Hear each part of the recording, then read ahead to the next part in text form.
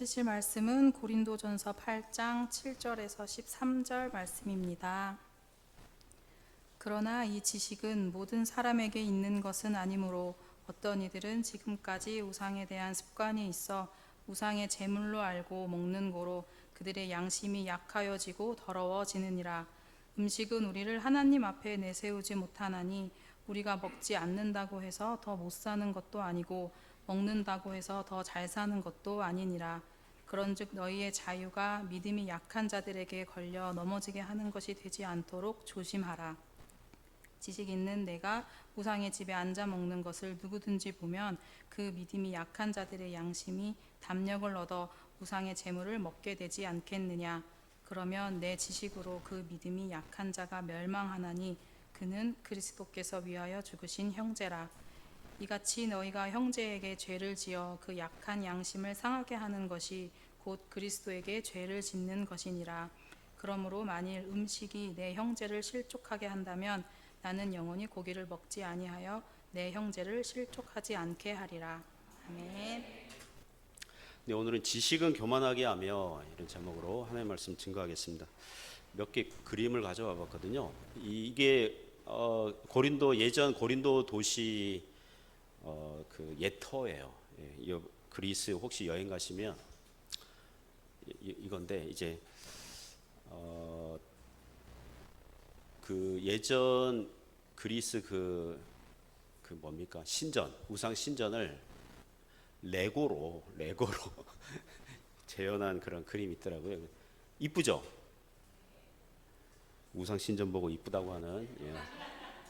또 그 당시 제일 뭐랄까요? 화려하고 뭐 그랬을 것 같아요.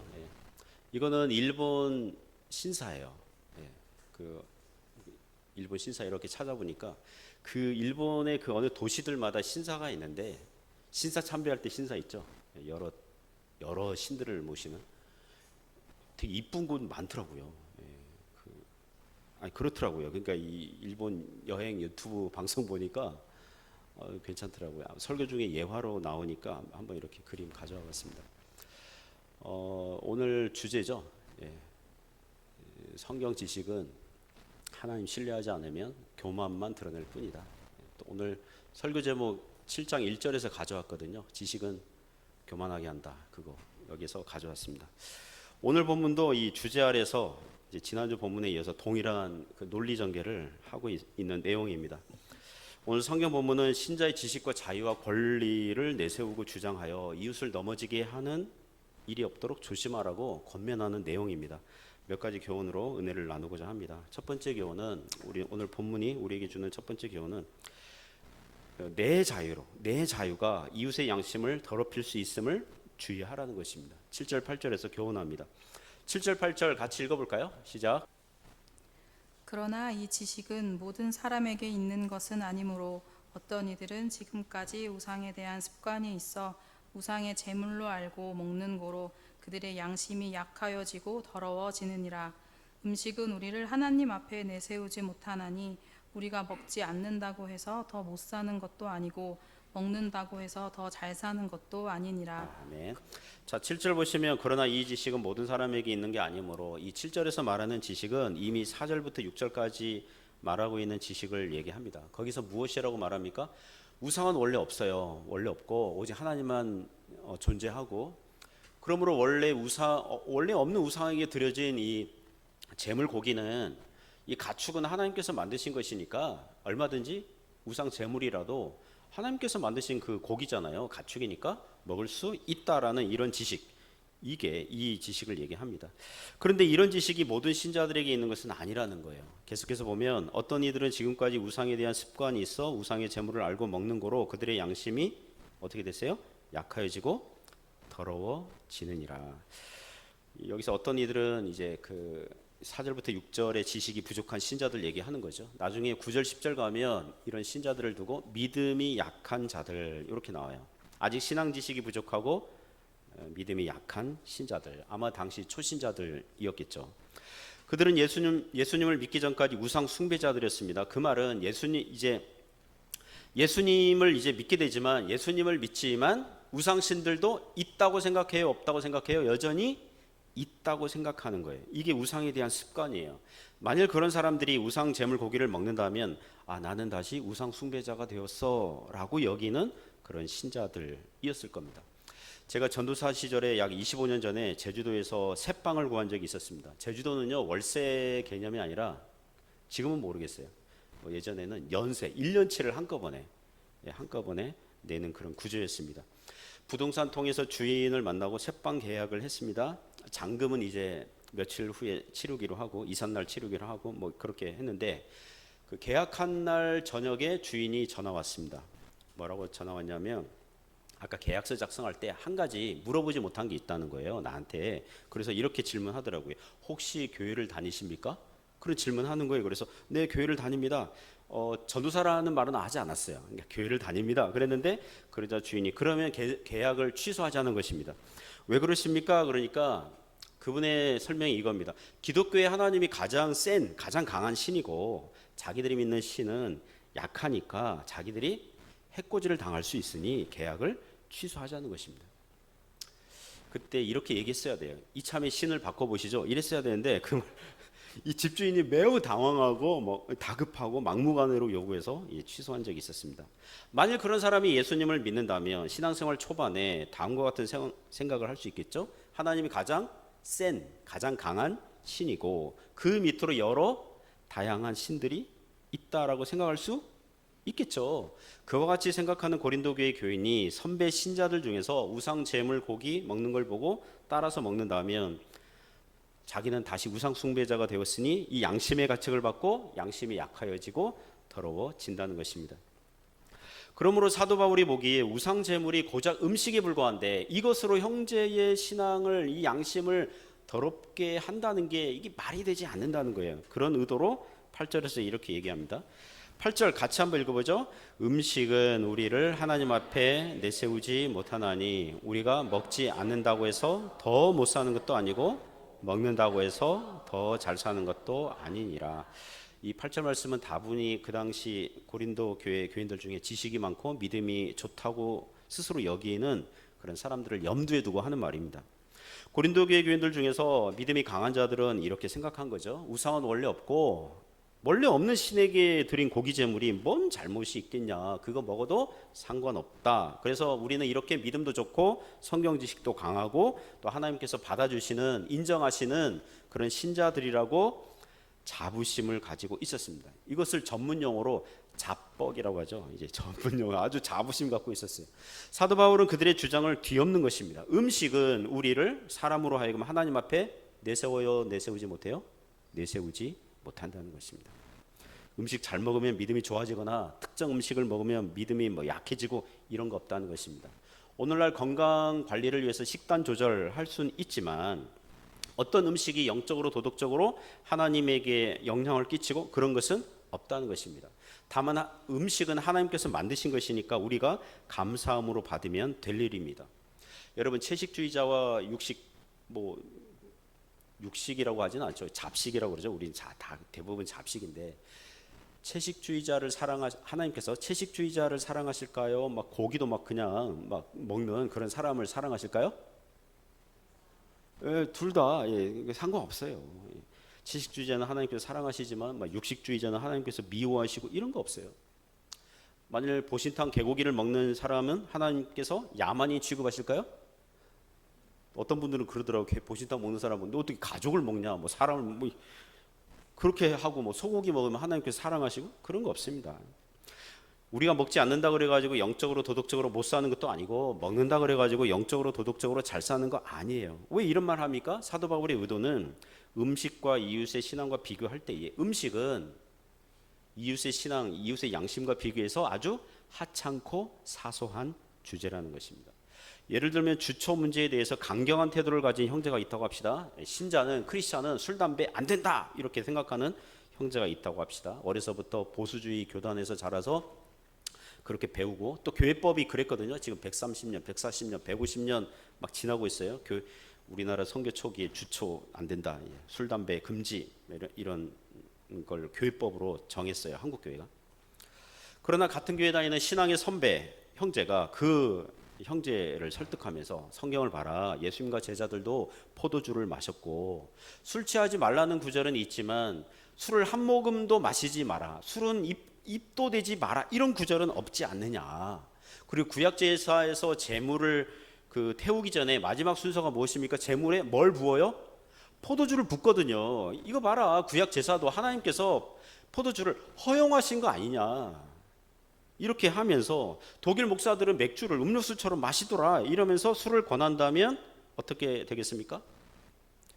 성경에 담배 피지 말라는 구절이 없으니까, 그리고 영국 목사님들은 꼴초가 많다더라 이러면서 담배를 권하면 어떻게 되겠습니까? 아직 그 형제는 어려서부터 이 보수주의 교단에서 술 담배 안 된다 이렇게 배운 형제예요. 자기가 아직 어떤 신념과 확신이 부족한데 계속 이렇게 해도 된다 그래가지고 만약에 따라서 하게 되면 그 사람의 양심은 어떻게 돼요? 약해지고 더러워질 수 있다는 것입니다. 그러므로 이제 로마서 14장 15절 20절에서 비슷한 이제 성경 구절이 있거든요. 같이 읽어보겠습니다. 로마서 14장 15절 읽습니다. 만일 음식으로 말미암아 네 형제가 근심하게 되면 이는 네가 사랑으로 행하지 아니함이라. 그리스도께서 대신하여 죽으신 형제를 내 음식으로 망하게 하지 말라. 20절 있습니다. 음식으로 말미암아 하나님의 사업을 무너지게 하지 말라. 만물이 다 깨끗하되 거리낌으로 먹는 사람에게 악한 것이니라. 자, 사랑하는 성도 여러분, 음식은 우리를 하나님 앞에 내세우지 못합니다. 그만큼 사소하고 하찮은 거예요. 무엇을 먹고 마시는 것도 자유지만 무엇을 안 먹고 안 마시는 것도 존중받아야 할 자유거든요. 그러므로 우리의 자유가 형제의 양심을 약하게 하거나 더럽히는 것을 주의해야 합니다. 이웃의 신앙의 덕을 세우는 것이 먼저고 우선순위예요. 우리의 자유로 이웃의 양심을 무너지게 하는 것이 아니라 세우는 은혜가 있기를 주님의 이름으로 축복합니다. 오늘 본문이 우리에게 주는 두 번째 교훈은 내 권리가 이웃을 실족하게 하는 것을 주의하라는 것입니다. 사실상 첫 번째랑 이제 비슷한 말이죠. 9절에서 11절 말씀에서 교훈합니다. 같이 읽어보겠습니다. 그런즉 너희의 자유가 믿음이 약한 자들에게 걸려 넘어지게 하는 것이 되지 않도록 조심하라. 지식 있는 네가 우상의 집에 앉아 먹는 것을 누구든지 보면 그 믿음이 약한 자들의 양심이 담력을 얻어 우상의 재물을 먹게 되지 않겠느냐. 그러면 내 지식으로 그 믿음이 약한 자가 멸망하나니 그는 그리스도께서 위하여 죽으신 형제라. 아멘. 자, 9절 보시면 9절은 7절 8절의 결론처럼 얘기하거든요. 그런즉 너희의 자유가 믿음이 약한 자들에게 걸려 넘어지게 하는 것이 되지 않도록 조심하라. 이 구절에서 너희의 자유가 있잖아요. 너희의 자유, 이게 헬라어로 엑소시아라는 단어인데요. 우리 성경에도 보면 3번이라는 참고해라 이 번호가 붙였어요. 그래서 성경 밑에 보면 헬라어로 뭐로 번역할 수 있다고 그래요? 권리로 번역할 수 있습니다. 너희의 자유가, 너희의 권리가 믿음이 약한 자들에게 걸려 넘어지게 하는 것이 되지 않도록 조심하라는 것입니다. 성경을 보면 자신의 자유로, 자신의 권리로 믿음이 약한 형제로 걸려 넘어지게 하는 일들이 나오죠.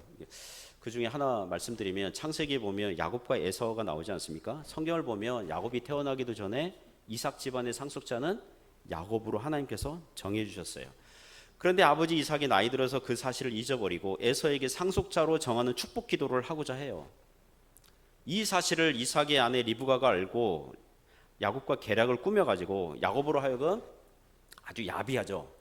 이 에서의 옷을 입게 하고 에서처럼 분장하게 하고 야곱으로 하여금 에서라고 거짓말을 시켜요. 그렇게 해서 축복 기도를 받아내요. 나중에 이 사실을 아는 에서가 분통을 터뜨리고 부모가 죽으면 야곱을 죽이겠다고 벼르게 되죠. 그래서 야곱은 그 집을 그 아버지 집을 떠날 수밖에 없었습니다. 에서는 야곱과 원수지간이 됐어요. 야곱이 이런 변명할 수 있어요.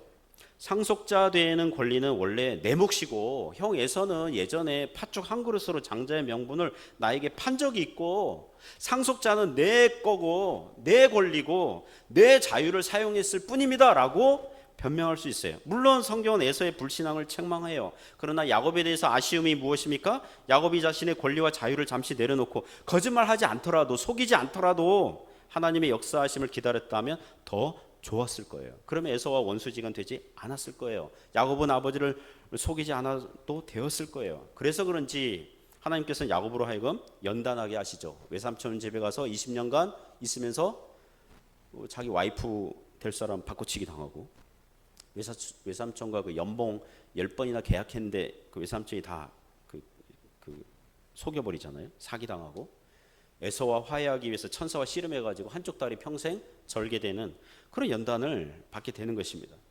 계속해서 오늘 본문 보시면 9절 말씀하시고 이제 그 신뢰로 이제 10절에 가능성 있는 이 사건을 얘기합니다. 10절만 다시 한번 읽겠습니다. 지식 있는 네가 우상의 집에 앉아 먹는 것을 누구든지 보면 그 믿음이 약한 자들의 양심이 담력을 얻어 우상의 재물을 먹게 되지 않겠느냐. 여러분 고린도 도시는 우상 숭배가 비일비재 이루어지는 곳입니다. 제가 아까도 그 일본의 어느 도시 신사 참배할 때 그 종교 사찰 찍은 영상을 봤거든요. 유튜브 방송에서 신사 그러면은 그 굉장히 그 영내가 매우 넓고요. 절도 하고 기도도 하는 뭐 건물들도 있지만 신사 안에 작은 호수도 있고 오솔길도 있고 자연 경치가 되게 좋더라고요. 또 사진 잘 나오는 핫플레이스가 있어가지고 거기 막 찍고 그 옛날 고궁에 마치 놀러 가는 것 같은 그런 착각이 들 정도로 되게 이쁘게 만들어 놨더라고요. 아마도 고린도 도시 우상 신전들이 그랬을 것 같아요. 그 도시 사람들을 문화적으로도 끌어당기고 있었을 겁니다. 그 도시에서 가장 웅장하고 가장 예쁘고 건축학적으로 매우 멋있는 장소였을 거예요. 그러면 고린도 교회를 다니는 A라는 교인이 있다고 합시다. A라는 교인은 예수님 믿지만 나머지 자기 가족들은 아직 안 믿어요. 자기 대부분의 친구들은 아직 믿지 않아요. 그러면 안 믿는 가족이나 친구들이 우상 신전에 가서 제사 드릴 때 이건 집안 행사거든요. 그러니까 A라는 형제를 초청하겠죠. A라는 교회는 우상은 원래 없는 거고 하나님만 계시고 사람들이 우상은 상상력으로 만들어낸 거니까 그 우상 제물 고기 먹어도 돼 이런 생각을 가지고 따라가죠. 담대하게 그의 가족과 또는 친구들과 함께 우상 신전에 가지만 우상 신에게 절하진 않아요.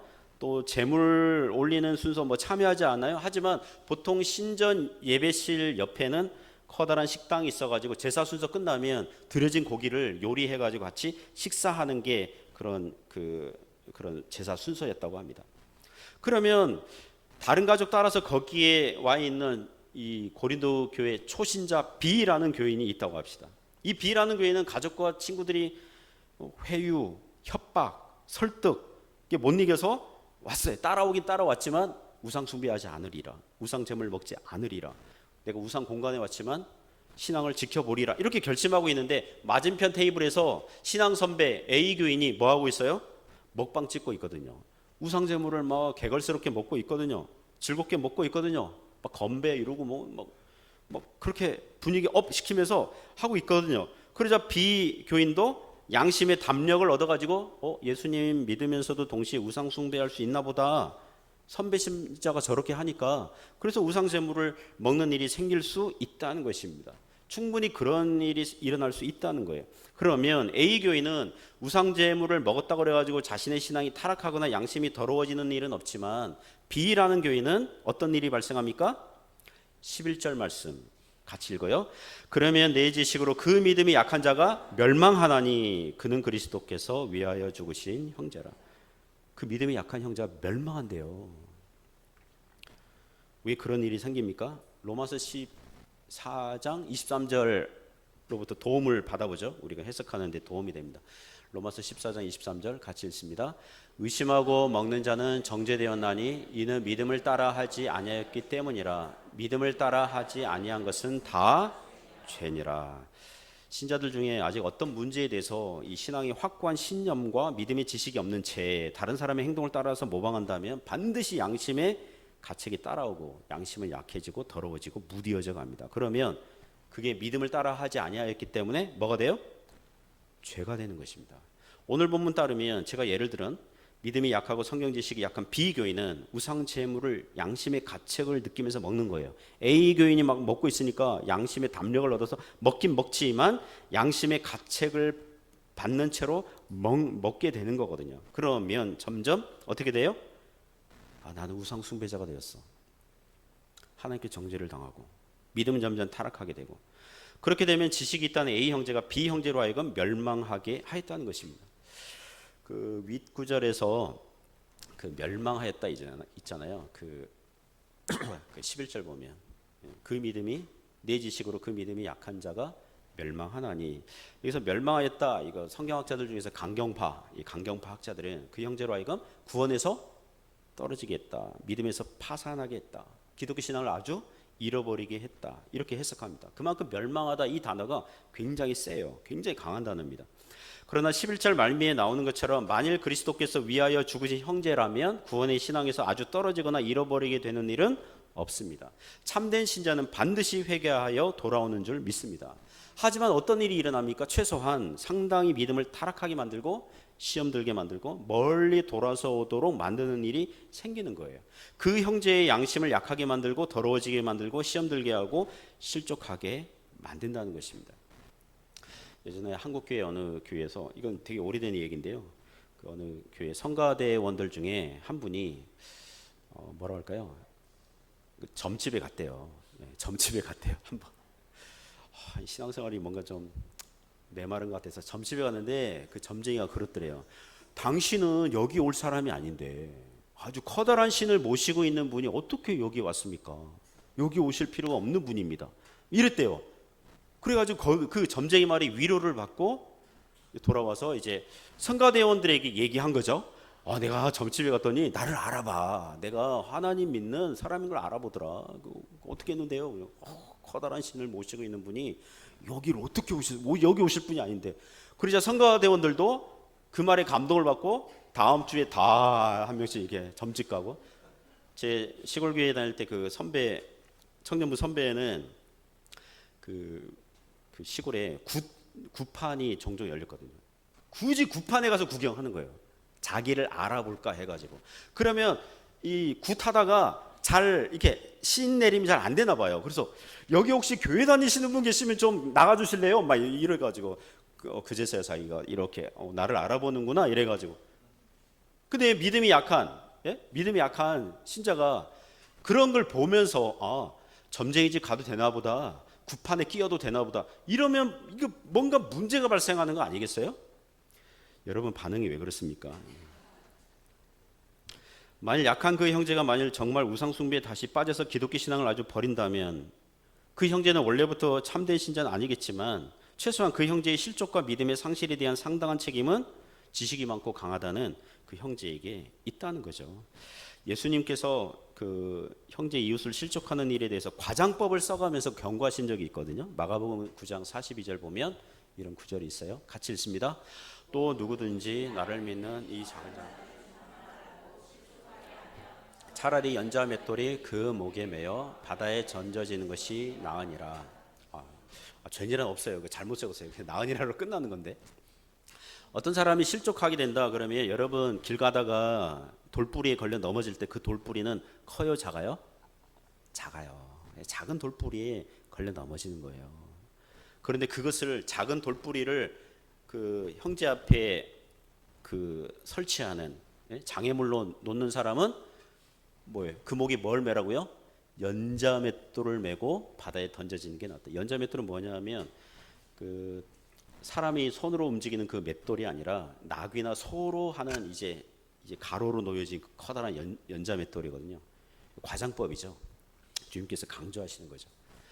그 연자맷돌을 목에 매어서 바다에 던져지는 것은 그 당시 이방 나라의 그 사형법 중에 하나였다고 합니다. 그러니까 형제를 실족시키는 사람은 차라리 뭐 하는 게 낫다는 거예요?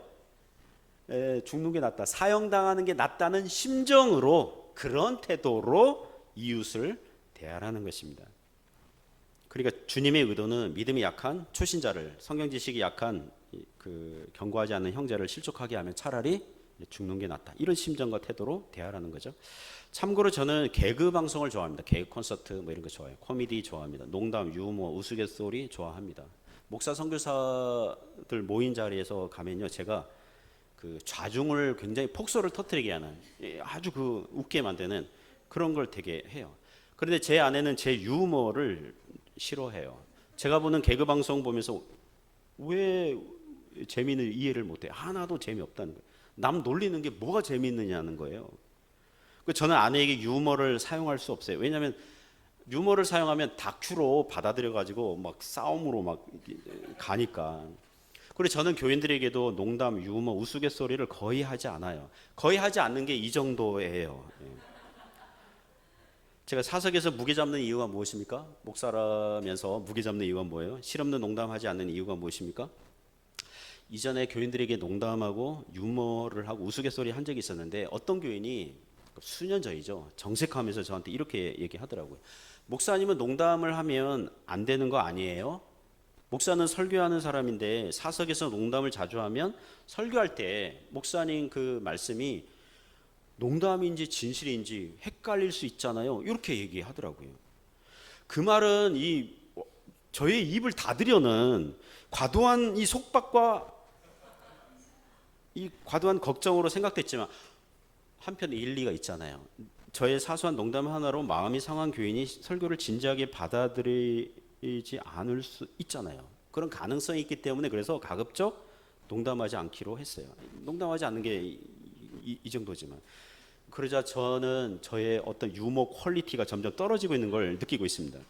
그러나 그렇게 하여서 작은 자 하나가 실족하지 않는다면 도리어 그것으로 덕을 세운다면 괜찮은 거죠. 사랑하는 성도 여러분, 우리의 지식과 권리가 이웃을 실족하게 한다면, 시험 들게 한다면 고작 음식이라는 주제로 고작 하찮은 이슈들로 이웃으로 하여금 하나님을 떠나게 만든다면 그것은 매우 불행한 일입니다. 사랑이 결여된 지식은 자신을 교만하게 하는 거예요. 이웃을 망하게 하는 거예요. 그러니까 사랑과 덕과 절제로 이웃을 대할 수 있기를 주님의 이름으로 축복합니다. 세 번째 교훈은 뭐냐면 내 지식으로 형제와 주님께 죄를 짓는 것을 주의하라고 합니다. 자기의 지식으로 형제와 주님께 죄를 짓는 것을 주의하라. 12절 13절 같이 읽어볼까요? 성경 말씀 보겠습니다. 12절 13절 같이 읽습니다. 이같이 너희가 형제에게 죄를 지어 그 약한 양심을 상하게 하는 것이 곧 그리스도에게 죄를 짓는 것이니라. 그러므로 만일 음식이 내 형제를 실족하게 한다면 나는 영원히 고기를 먹지 아니하여 내 형제를 실족하지 않게 하리라. 자, 12절 보시면 이같이 너희가 형제에게 죄를 지어 그 약한 양심을 상하게 하는 것이, 자, 상하게 하는 것이 이게 시험 들었다. 아까 11절 보면 멸망하게 한다. 이제 그런 뜻이죠. 양심을 상하게 한다. 자, 형제를 죄 짓게 만들면 양심을 상하게 만들면 곧 누구에게 죄를 짓는 거예요? 그리스도에게 죄를 짓는 것이니라. 이미 11절 말미에서 그리스도께서 위하여 죽으신 형제라고 하신 바가 있습니다. 주님께서 그렇게 사랑하시고 그렇게 귀한 형제라는 거죠. 그런 형제에게 죄를 짓는 것은 주님께서 당신 자신에게 본인에게 죄를 짓는 것으로 간주하시겠다는 것입니다. 사도행전 9장 보시면 바울이 회심하기 전에 기독교 신자들을 핍박했잖아요. 다메섹 도상 가다가 부활하신 주님 만났을 때에 그 주님께서 바울에게 하신 이 사울에게 하신 첫 일성이 무엇입니까? 사울아 사울아 넌 어찌하여 나를 박해하느냐, 나를 핍박하느냐. 너 왜 예수 믿는 사람 핍박하냐? 그게 아니라 왜 나를 박해하느냐, 왜 나를 핍박하느냐. 그렇게 말씀하신 바가 있거든요. 요새 후반기에 성경 공부반에서 요한계시록 보고 있습니다. 우리 목요반은 1장부터 3장까지 지금 가 있는데요. 2장 3장 보시면 거기 보면 그리스도께서 오른손에 뭘 붙잡고 있어요? 7별. 그리고 어디를 거니세요? 어디를 다니세요? 자, 7 금촛대 사이를 다닌다고 해요. 7별과 7 금촛대들은 무엇입니까? 교회 사역자들과 교인들, 교회를 얘기하는 거예요. 별과 금촛대, 하늘의 별들처럼 귀하다는 거예요. 교회가 우리를 그렇게 보신다는 거예요. 금촛대, 구약 성경에서 하나님께 예배드리는 그 성전 기구, 금촛대, 하나님께 성별된 그런 귀한 존재로 여기신다는 것입니다. 마태복음 25장에는 주님께서 그 심판주로 오실 때에 모든 민족, 모든 사람들을 양과 염소로 나눈다고 하셨거든요.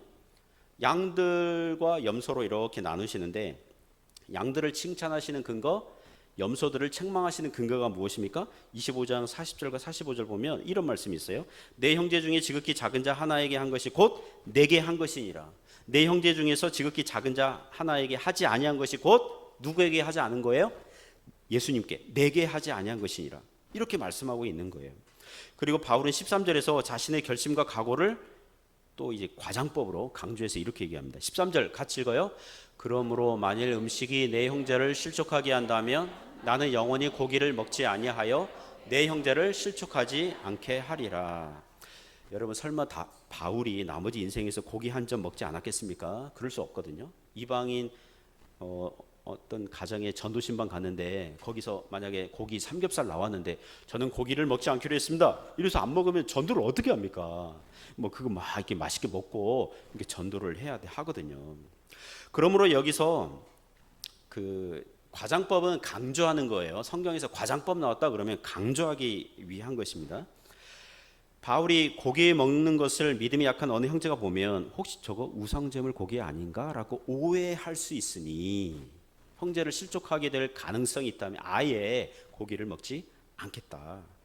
왜 그런 결심, 그런 각오를 알립니까? 지금 고린도 교회 교인들 일부 중에 믿음이 약한 형제를 우습게 대하고 자기들의 신앙 지식을 칼과 방망이처럼 사용하면서 자기들 잘났다고 하는 이 사람들을 지금 경고하고 있는 거예요. 너희들 그 하는 행위는 형제들 양심을 상하게 하고 이웃을 죄 짓게 만들고 있는데 실은 그리스도께 죄를 짓는 것이다. 이렇게 말씀하고 있는 것입니다.